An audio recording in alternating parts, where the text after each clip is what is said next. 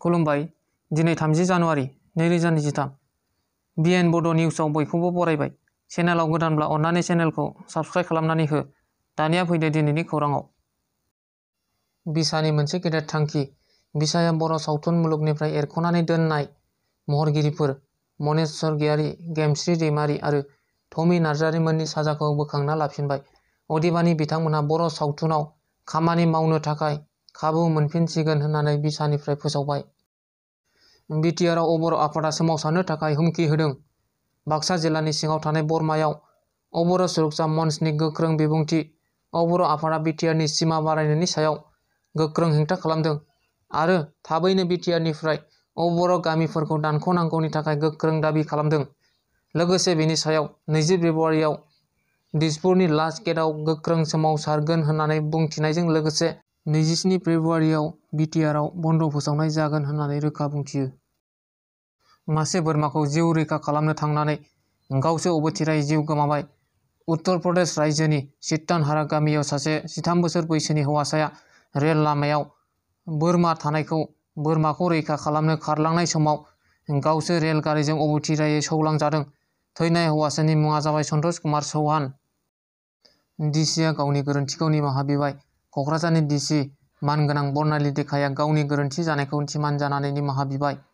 कक्राझारनि डिसि मानगोनां बर्नाली देखाया 4थि थाखोनि कर्मचारि दीपक दासखौ जेरा होदोंमोन आरो देहायारि गाग्लोबदोंमोन। जाथायखौ लाना भुगिनाय नखरा रादाब बिजोङाव फोसावदोंमोन। खौरां बिजोङाव फोसावजानाय उनावनो डिसिआ निमाहा बिनो गोनां जायो। उदालगुरि जिल्ला रौतानि बडलेण्ड फोथाराव खुंफुंनाय दुलाराय बर' फरायसा आफादनि 55थि बोसोरसालिया जथुम्माजों लोब्बा लाखिनानै हौवासाफोरनि माराथन खारनाय बादायनायाव बान्था आवग्रिनो हादों।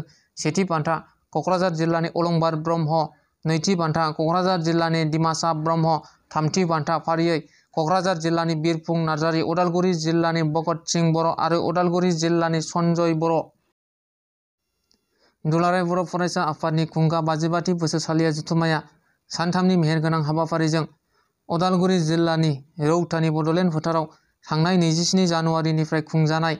बिनिनो मैया थामथि साननि जोबथा थान्दै मेलनि गेजेरजों गासै 3000निबो बांसिन थान्दैफोरनि थांखि बादि फैगौ 2023 आरो 24 मावसमनि थाखाय आफादगिरि महरै मुस्रि दिपेन बर' आरो गाहाय नेहाथारि महरै मुस्रि कनिन्द्र बसुमतारीखौ लानानै मिरु दुलाराय बर' फरायसा आफादखौ गोख्रोङै आबुङै दाफुंनाय जायो।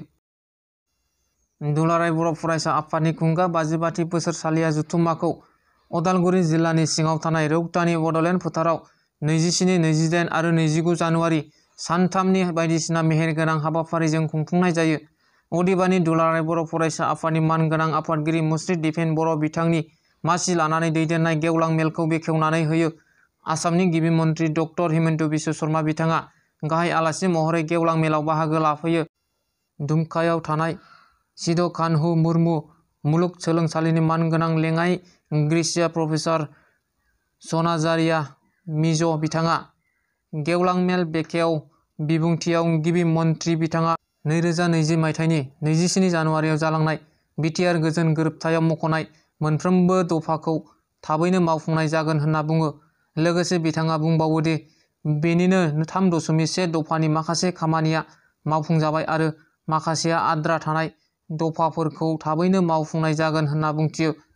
मख'जाथावदि आसामनि गिबि मन्त्रि डक्टर हिमन्त बिश्व शर्मा बिथाङा बर'नि बिफा बड'फा उपेन्द्र नाथ ब्रह्मनि जोनोम सान 31 मार्चखौ दुलाराय आसामावनो फरायसा सान हिसाबै फालिनाय जागोन होननानै बुंथिलाङो। दिनैनि खौराङा बेखिनियानो। गोजोन्थों।